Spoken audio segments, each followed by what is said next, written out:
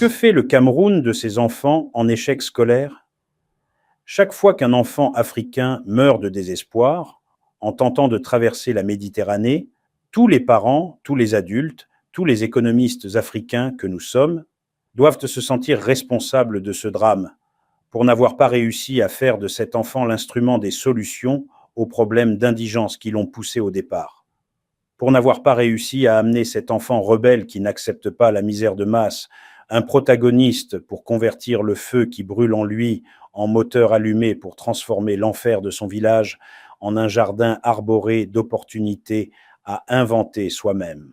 Souvent, les enfants qu'on définit de difficiles ou de têtus et qui finissent presque tous en échec scolaire et se mettent sur la route de départ clandestin vers l'Europe, sont en réalité des génies incompris que la société n'a pas su orienter, intégrer.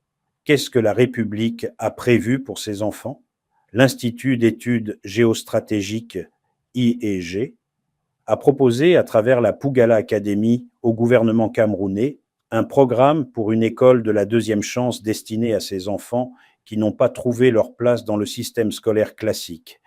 Nous pensons une grave erreur stratégique et une faute politique, la voie suivie par le gouvernement camerounais de former les jeunes à des métiers dans des filières bloquées et donc qui ne recrutent pas.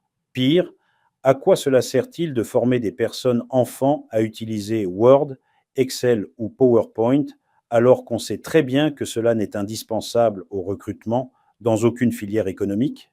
Ici aussi, comme pour l'école d'excellence dont je vous ai parlé il y a quelques jours, cette école de la deuxième chance ne suit pas le modèle scolaire camerounais et donc ne va pas préparer les enfants aux examens officiels camerounais. Ici, nous mettrons en action un mélange entre le système d'apprentissage suisse, russe et chinois dit de la Vocational School dans une quinzaine de filières prioritaires de la vie quotidienne en lien avec l'alimentation qui permettent à l'enfant de se mettre à son compte et non plus aller chercher du travail.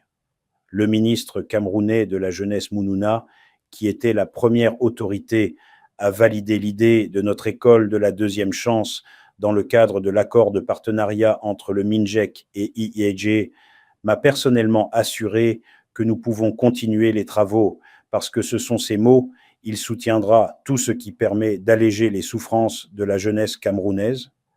Est-ce que les autres ministères, comme le MINFOP, lui donneront-ils raison? Il faudra aussi trouver avec le gouvernement camerounais les mécanismes de financement de l'école pour que l'entrée de notre école à vocation sociale soit gratuite pour tous les enfants en échec scolaire, qui, très souvent, viennent des familles les plus pauvres. En attendant, nous continuons les travaux.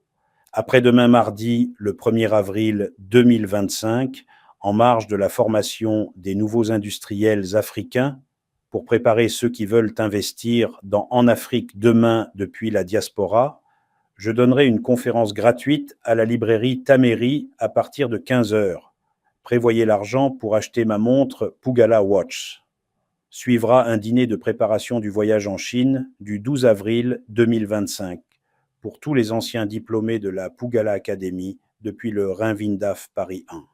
Contactez la librairie Taméry pour réserver la montre à 15 €, je crois, avant de venir. Contactez le secrétariat pour vous identifier comme Rhin-Windaf avant de vous joindre à nous en Chine le 12 avril. Signé Jean-Paul Pougala. Réalisation JMTV+. Merci de continuer à suivre nos publications sur jmtvplus.com.